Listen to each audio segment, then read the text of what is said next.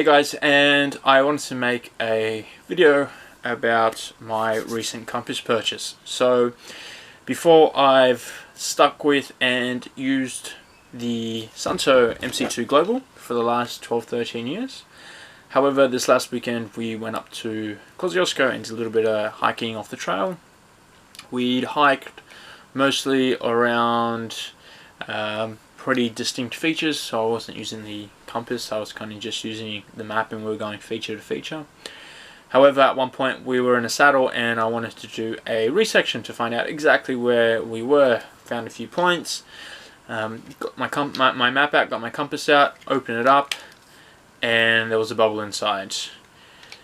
Pretty big one at that, probably about the size of your large toenail type thing, so it started to really affect the needle.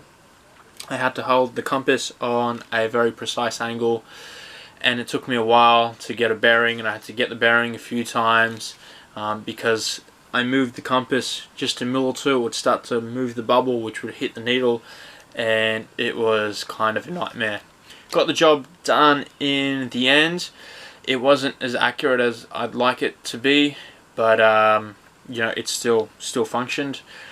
But that got me thinking that, well, maybe, you know, this is obviously not really that acceptable. If it was kind of a life and death situation, and imagine if the bubble was worse, then, you know, no good. So I wanted to prevent this from happening in the future. Decided to look at compasses which didn't have any liquid ear dampening, and probably the one that started coming up the most often was the Kaminga. Now they've got their tritium military one, but they've also got their 27 one. Obviously I wanted to go with the 27, and I started looking for retailers in Australia. Not much, nothing really that I could find, definitely probably not the real deal. Went to look at online stores overseas, even eBay, stuff like that, but kind of came to the realization that compass being a precision instrument, you really want to make sure you get the real deal. So I went to the source, Kaminga's website. They didn't say if they emailed to Australia, sent their customer service a quick email.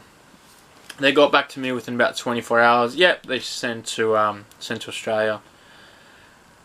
Sent them my details, my address to get a quote. Didn't hear back. 24 hours went by, almost 48 hours went by. In that time I kind of kept thinking, well, you know, my Suunto has actually been an amazing compass to use. Very, very easy to use on the map because, you know, it's basically a protractor as well. Easy to get bearings. The siding mirror works phenomenally well.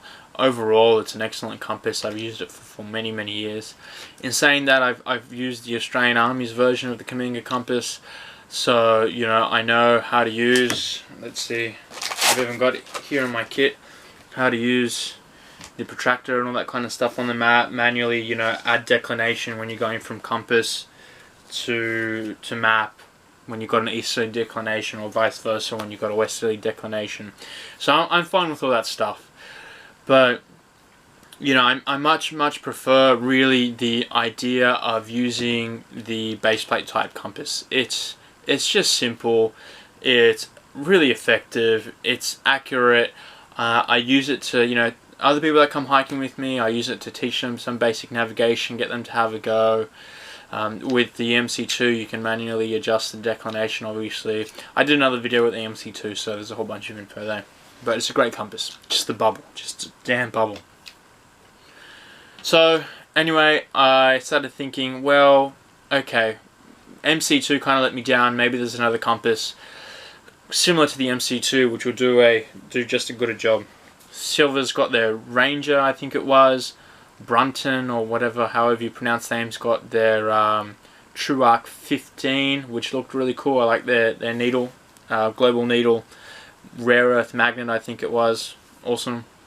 Their declination adjusting was pretty horrible, to be honest. I like the Suunto key type thing. Works really well. So I guess I did a lot more reading and research, and everything else kept pointing back to the Suunto, the MC2 Global, and I couldn't really disagree with that. So I thought, well, look, maybe Suunto being a big brand, they'll be able to repair my compass. Wrote into Suunto customer support, a couple hours later got an email, yep, they repair it. Unfortunately, your closest repair is in Hong Kong. You're going to have to pay for the shipping and you're going to have to pay for the repair, $45 US. Okay, I didn't even bother working out the shipping. So, transfer that to Australian, add the shipping, which who knows how much. It started to get to the point where I might as well just buy a new compass. I'm either going to buy the Kaminga or I'm probably just going to buy another MC2. So I wrote back to them saying, look, you know, what happens if, what's your warranty like? I obviously don't have the receipt. I've had this for 12, 13 years. They write back to me within a couple hours, listen, if this was within 10 years and you have the receipt, we do it all for free. I'm like, wow, that's awesome. And they're, you know, we're communicating every couple hours, they're writing back to me, which is really good. Meanwhile, nothing back from Kaminga.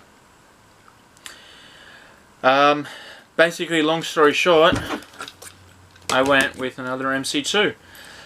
My local camping store, a couple minutes down the road, sells them. So if there's any immediate problems with them, I go straight back to them, get a new compass. Kaminga, ordering it from America, who knows how long it's going to take to get a replacement compasses. And if you read the reviews on Amazon, etc., you will find that there have been issues. So again, the compass being the precision tool, you really want to make sure you get a good compass in terms of its built. The build quality is right up there, and there's no defects in the build. And if there is a defect, you can replace it reasonably quickly and easily, rather than going backwards and forwards, sending it to US, sending it back, etc. So I went with the Suunto MC2 Global again. I am making sure I keep the receipt very much handy this time.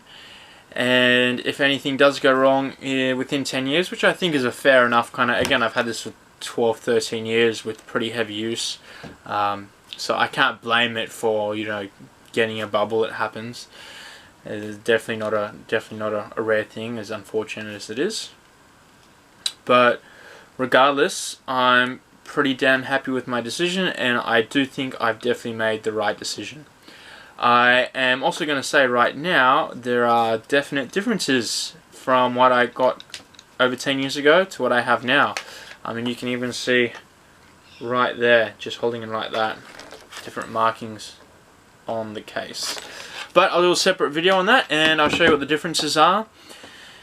In the meantime, thanks for watching. That's kind of been my experience, and I think the Kaminga is a really good compass. Again, I've used something similar in the Australian military, and it's a great tool for navigation. You do have to be comfortable with the maths and know the steps. There's nothing wrong with that. It takes more time, but it's a skill that you should know regardless. You shouldn't just rely on a baseplate compass. You should know the theory behind everything. Definitely a baseplate compass is easier to use and better for beginners, but as your navigation skill develops, I definitely recommend learning how to use a lensatic, however you pronounce it, compass, and understanding the theory a little bit more on how all that kind of stuff works.